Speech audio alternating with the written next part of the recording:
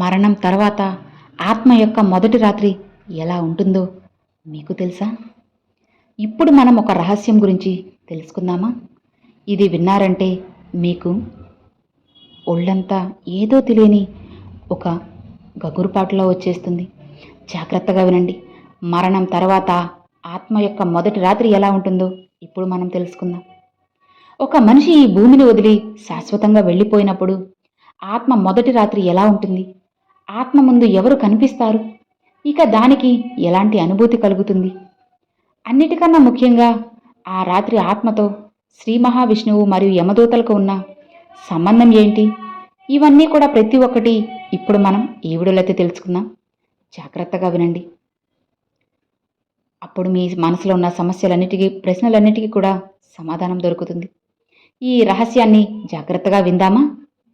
ఎప్పుడైనా మీరు ఆలోచించారా? ఎవరికైనా చివరి శ్వాస విడిచినప్పుడు వారికి ఎలాంటి అనుభూతి కలుగుతుందని? గరుడ పురాణం చెబుతున్న దాని ప్రకారం ఆత్మ శరీరం నుండి వేరు కాగానే ఒక వింతైన శూన్యత ఆవరిస్తుంది. ఆత్మకి ఇప్పుడు శరీరం ఉండదు. అది తాకాలనుకుంటుంది, మాట్లాడాలనుకుంటుంది, కానీ చేయలేదు. దాని చేతులు గాలిలో వేలాడుతూ ఉంటాయి. అది కుటుంబాన్ని పట్టుకోవాలనుకుంటుంది, కానీ దానివల్ల కాదు, పట్టుకోలేదు. ఆ సమయంలో ఇంట్లో దృశ్యం చాలా బాధాకరంగా ఉంటుంది. బంధువులు ఏడుస్తూ ఉంటారు.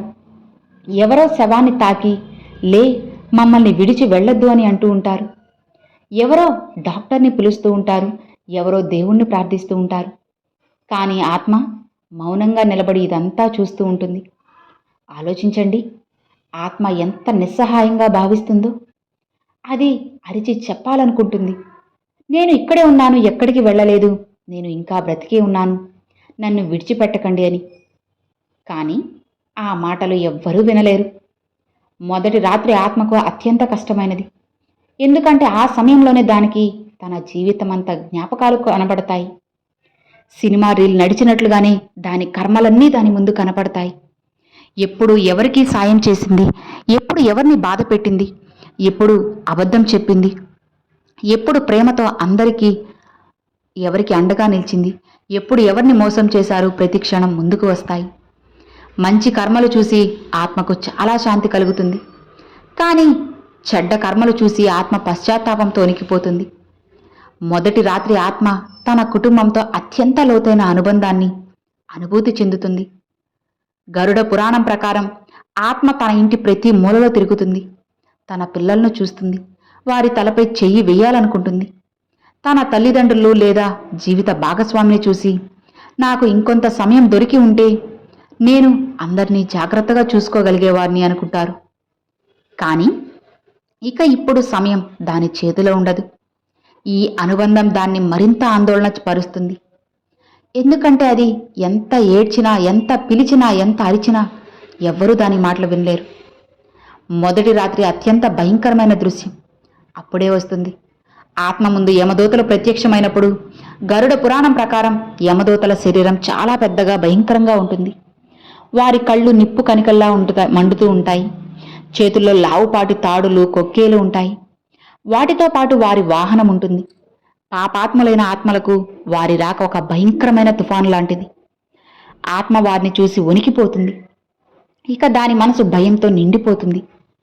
కానీ జీవితంలో మంచి కర్మలు చేసిన వారికి మాత్రం, ఎవరి మనసులో అయితే భక్తి, దయ ఉంటాయో వారి ముందు ఇదే యమదూతలు శాంతమైన స్వరంలో, భయపడకు, నీ ప్రయాణం ఇప్పుడు ప్రారంభం కాబోతుంది, సిద్ధంగా ఉండు అని నిదానంగా చెబుతారు. దాని తర్వాత ఆత్మకు ఒక దారి కనబడుతుంది. ఇది మామూలు దారి కాదు. గరుడ పురాణం ప్రకారం ఈ మార్గం అనేక రూపాలు తీసుకుంటుంది. ఒక్కోసారి అది అంధకారమయంగా ఉంటుంది. అక్కడ ఆత్మకు ఏమీ కనిపించదు. ఒక్కోసారి అది అగ్నిలా మండుతుంది. కానీ దానివల్ల ఆత్మ యొక్క సూక్ష్మ శరీరం కాలిపోతుంటుంది. ఒక్కోసారి అది మంచులా చల్లగా ఉంటుంది. దానివల్ల ఆత్మ వణుకుతుంది. ఒక్కోసారి అది ముళ్లతో నిండి ఉంటుంది. ప్రతి అడుగులోనూ ఆత్మకి గుచ్చుకుంటుంది. కానీ జీవితంలో పుణ్యం చేసుకున్న వారికి ఇదే మార్గం పూలతో చక్కగా అలంకరించి ఉంటుంది. వారి ముందు దేవదూతలు ప్రత్యక్షమవుతారు. వారు పూల వర్షం కురిపిస్తూ ఆత్మకి స్వాగతం పలుకుతారు. వారికి కాంతి మార్గం కనబడుతుంది. అది శాంతి మరియు ఆనందంతో నిండి ఉంటుంది. మొదటి రాత్రి అత్యంత రహస్యమైన మరియు సున్నితమైన సమయం. చివరి జాము ఇల్లంతా గాగ్య నిద్రలో ఉన్నప్పుడు ఆత్మ అత్యంత ఆందోళన చెందుతుంది. అది తన శరీరం వైపు ఆకర్షించబడుతుంది. తన ప్రియమైన వారిని చూసి నాకు ఇంకొన్ని శ్వాసలు దొరికి ఉంటే బాగున్ను అని అనుకుంటుంది. కాని విధి సమయం పూర్తి కాగానే ఆత్మ వెళ్ళక తప్పదు. గరుడ పురాణం ప్రకారం మొదటి రాత్రి తన కర్మలు చూసి ఏ ఆత్మ అయితే పశ్చాత్తాపపడుతుందో ఇక అది తరువాత 11 రోజుల వరకు పదే పదే భగవంతుణ్ణి గుర్తు చేసుకుంటుంది.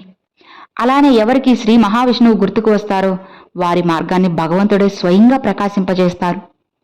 అందుకే సనాతన ధర్మంలో ఇలా చెబుతారు, మరణం తర్వాత మొదటి రాత్రి చాలా పవిత్రమైనది. ఆ సమయంలో కుటుంబ సభ్యులు చేసే మంత్రోచ్చారణ అలానే దీపదానం ఆత్మకు శాంతిని కలిగిస్తాయి. కాబట్టి ఎవరైనా సరే మరణించినప్పుడు ఆ మొదటి రాత్రి దీపం వెలిగించడం మర్చిపోకండి. శ్రీ మహావిష్ణువు నామం పఠిస్తూ ఉండండి. అలానే ఆత్మశాంతి కోసం శాంతిపాన్యం చేయడం. ఈ శరీరం సస్వరమైనది. ఈ రోజు ఉంది, రేపు ఉండదు. కానీ ఆత్మ అది అమరమైనది.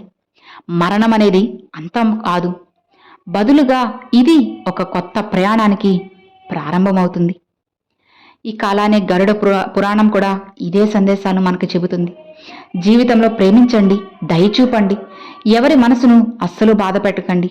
ఎందుకంటే అవే కర్మలు మన తదుపరి ప్రయాణ మార్గాన్ని నిర్ణయిస్తాయి. సో తెలుసుకున్నారు కదండి, మరణం తర్వాత ఆత్మ అనేది ఎలా ఉంటుంది, దాని మొదటి రాత్రి ఎలా గడుస్తుందో మనం తెలుసుకున్నామా? ఈ వీడియో మీ అందరికి నచ్చినట్లయితే ఒక చిన్న లైక్ చేయండి. మరికొంతమంది మీ ఫ్రెండ్స్ అండ్ ఫ్యామిలీస్కి షేర్ చేయండి.